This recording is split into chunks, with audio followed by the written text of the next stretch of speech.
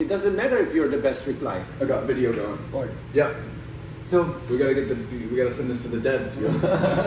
so the algorithm was that if you do a video and I reply to your video, and then if you reply to mine, it's always going to show you first. So if someone watching your video and then watch my reply, Yep. if you have a reply and it does another thing like that, you're going to be the top reply, no matter what, because it encourages dialogue between us and an exchange. Now, I always can go to the next reply and maybe get something better, but it's focused on this back and forth between two people that if I just do that, I'll see that as long as there is a reply, and not only they recorded it, I'll just see that. I think what's super fun about it is that the same way it's sometimes really fun for me just to go text all the people I haven't texted in a while and just start texting back and forth, is that I can do that like a FaceTime calls. Because I like FaceTime calls more. So imagine I can open up 100 different video discussion threads, and that allows me to, for the hyper social people who always want to be a part of the conversation, which is I think a decent amount of people once that exists,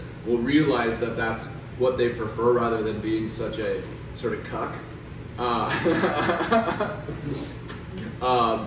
I think it'd bring out a lot of that. The other insight in terms of this was you're gonna want to have the transparent metric on how often does the person the video you're viewing, how often do they leave a video reply back to who replies to them, and how often do they view them. And so this metric will not only tell you which ones should you reply to if you really want to get a reply back, if you want to make sure that you're starting to engage in a discussion, but it will then gamify the aspect of people making sure that they get their scores up so that more people reply to them too. So it's a really good positive feedback loop of human interaction, I guess. I personally think that this kind of back and forth reply can actually generate, if that would exist, Yeah. and I want to learn about... No, it'll be a lot more interconnected. Vivek. I don't know anything about it. I would go to this because I'll find a video about the Vivek, and I don't care. It might be someone, because today it's like choose your propaganda. That's the internet.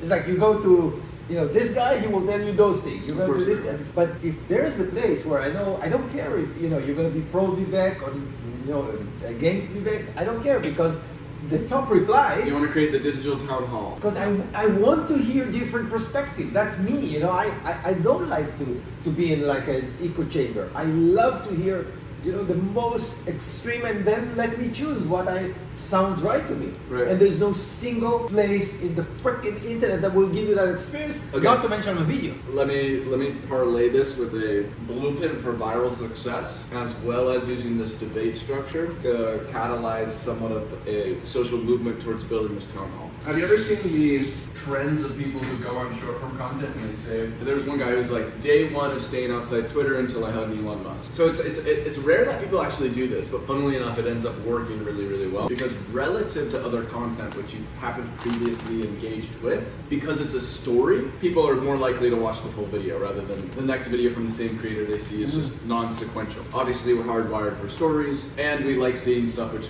is progressive. And so these things have been like insanely good at catalyzing, just spark that growth. The guy who did that hugged Elon Musk after 62 days because hundreds of millions of people watched it, and everyone just started hitting Elon Musk up from different areas, to make it happen and facilitate it. So it's like a way to manifest through the world. It gives the power of people, like it just shows that off. So I thought that was really interesting. And I thought what was interesting to me was that after that goal is achieved, you just see a ramp up effect. Once the flag post is hit, that creator dies again. Right? There's no remission, there's nothing to engage with on that front. But if you make this mission into a movement, and you do multiple different of these accounts at once, each with bigger missions, Elon Musk was already a big one.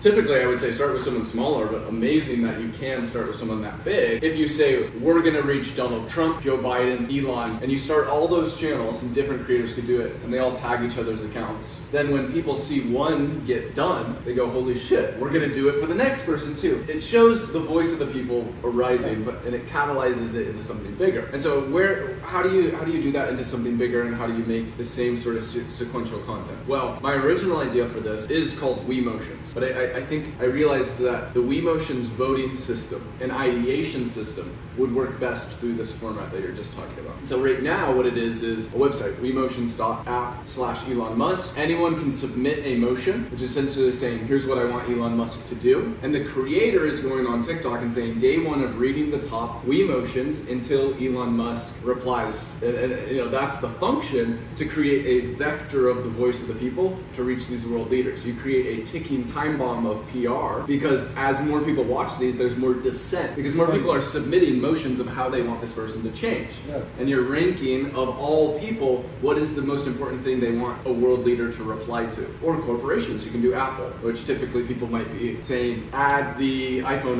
like jack back. That would have been the big one before. I don't know how much the sense there is still. But corporations would want this. Some people wouldn't want this. It would be more negative and they'd be like, fuck, I have to reply to this. Which is not bad. Yeah, but it's like calling it to the Senate, right? But now, rather than, I'm leading people to a website right now. Obviously, the much bigger thing is to build the social movement to lead them towards WeMotions as that app structure. And rather than the WeMotions being text-based, right now it should be voice-based. And one of my other thoughts on how this might be good of a social movement is rather than asking just for a reply, you ask them to come on a podcast. And on the podcast, you go through like the top 10 different WeMotions. And then you could scroll those videos together and they could watch the reply chains on what people are saying. This is the top emotions of people sorted collectively. And I think that this is a blueprint to make the app viral, to kickstart it, to make it big, to then retain because this functionality. So the thing that I've had this blueprint, that's what, I don't know, you walked in on the, when I was in there. No. So, okay. I was just talking to a friend about this, Brock, and must have been Chase, walked in while we were doing that. One of my other friends who, he's raised money for his company and wants to do a lot of this like impact stuff. And he's like, I want to bring this into the world just because I think like this has a good enough chance to actually cause like a decent amount of change for the internet. For the internet just to wake up to the fact that we have a voice. We're interconnected at the speed of light. We haven't actually like utilized that fact to build a social movement. Okay. I'm actually, okay, you finish and I'll tell you something related. Yeah. Anyways, he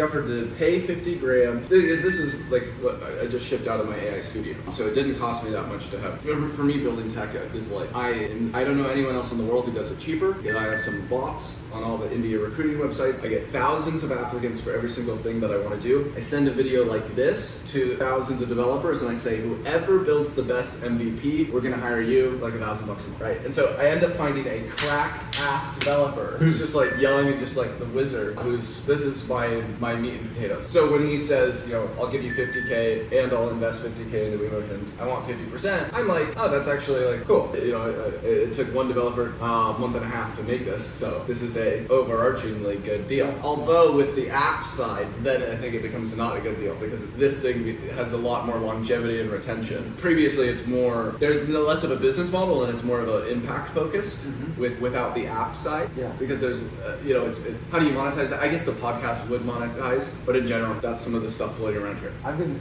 fascinated by this vision of, exactly as you said, how can the internet bring people together? Yeah, you saw Top G, like, become big too, huh? Oh yeah.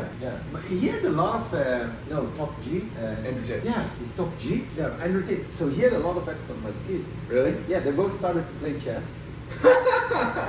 And no, I think he shifted the world's vibe more than we really recognize. Yeah. I mean, he became the most searched man on the planet.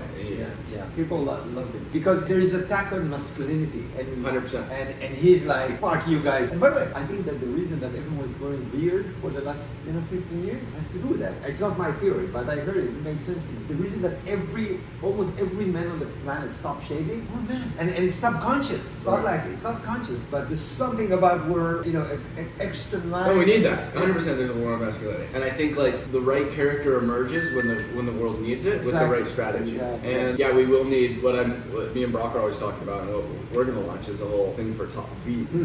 Like top vibes. Like there's a bigger spectrum of vibes. Yeah. Top G is a limiting belief. It's like I think that if you can get to if you can be that thing that parents allow their kids to use when they don't allow them to use TikTok, that could be very powerful because of the bite. But going back to the effect,